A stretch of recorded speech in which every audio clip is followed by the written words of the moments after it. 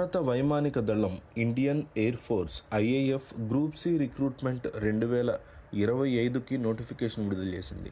ఈ నియామక ప్రక్రియ కింద 153 పోస్టులు భర్తీ చేయనుంది. మొత్తం పోస్టుల్లో 53 పోస్టులు ఎంటీఎస్కి చెందినవి. ఇందులో lower division clerk LDC, Hindi typist, cook, carpenter, painter, ఇతర పోస్టులు ఉన్నాయి. జనరల్ కేటగిరీ, ఇతర వెనుకబడిన తరగతులు, షెడ్యూల్డ్ కులాలు, షెడ్యూల్డ్ తెగలు, ఆర్థికంగా బలహీన వర్గాలకు కూడా పోస్టులు రిజర్వ్ చేయబడ్డాయి. ఈ పోస్టులకి దరఖాస్తు చేసుకునే అభ్యర్థులకు ఉండాల్సిన అర్హతలు, ఎంపిక ప్రక్రియ గురించి మనం ఇక్కడ తెలుసుకోవాలి. అర్హత ప్రమాణాలు: ఎల్డీసీ స్కోర్ కీపర్ పోస్టులకి అభ్యర్థి 12వ తరగతి ఉత్తీర్ణులై ఉండాలి.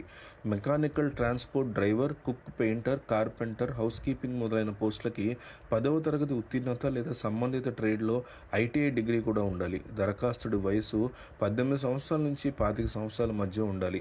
ప్రభుత్వ నిబంధనల ప్రకారం రిజర్వ్డ్ కేటగిరీ అభ్యర్థులకి గరిష్ట వయో పరిమితిలో సడలింపు ఉంటుంది. రాత పరీక్ష, నైపుణ్య పరీక్ష, డాక్యుమెంటేషన్ వెరిఫికేషన్ మొదలైన వాటి ద్వారా అభ్యర్థుల్ని ఉద్యోగాలకు ఎంపిక చేస్తారు. ముందుగా రాత పరీక్ష నిర్వహిస్తారు. పరీక్షల షెడ్యూల్ తర్వాత విడుదల చేయబడుతుంది. పరీక్షలో మెరిట్ సాధించిన దరఖాస్తుదారులందరికీ అడ్మిట్ కార్డు జారీ చేస్తారు. అభ్యర్థులు ఎయిర్ ఫోర్స్ అధికారిక వెబ్సైట్ నుంచి ఫామ్ డౌన్లోడ్ చేసుకుని సమీపంలోని ఎయిర్ ఫోర్స్ స్టేషన్లో పోస్ట్ చేయవచ్చు. ఎలా దరఖాస్తు చేసుకోవాలి? గ్రూప్ సి పోస్టులకి దరఖాస్తు చేసుకోవాలనుకునే అభ్యర్థులు అధికారిక వెబ్సైట్లో అందుబాటులో ఉన్న దరఖాస్తు ఫామ్ని నింపి ఆ మీద అందించినటువంటి చిరునామాలో పోస్ట్ చేయాలి. పోస్ట్కి దరఖాస్తు చేసుకోవడానికి ప్రాసెస్ చెప్తా వినండి. అధికారిక వెబ్సైట్, అఫీషియల్ వెబ్సైట్ ఇది indianairforce.nic.in INDIANAIRFORC ఇండియన్ ఫోర్స్ అని కొట్టి NIC IN అని కొట్టండి. ఈ లింకులో మీకు అప్లికేషన్ ఫామ్ డౌన్లోడ్ చేసుకోవచ్చు. అడిగిన ఇన్ఫర్మేషన్ మొత్తం అందులో ఎంటర్ చేయండి.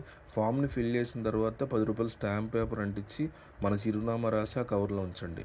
ఒకటి కంటే ఎక్కువ పోస్టులకు దరఖాస్తు చేసుకోవాలని అభ్యర్థులు వేరువేరు దరఖాస్తులను అంటే వేరువేరు అప్లికేషన్ని సెలెక్ట్ చేసుకోవచ్చు. సెల్ఫ్ అటెస్టెడ్ కాపీస్ అన్నీ కూడా మీరు దాంట్లో యాడ్ చేయాలి. అధికారిక నోటిఫికేషన్లో పేర్కొన్న పోస్టుల చిరునామా ఉంటుంది. ఆ పోస్టల్ అడ్రస్కి దాన్ని పంపించండి.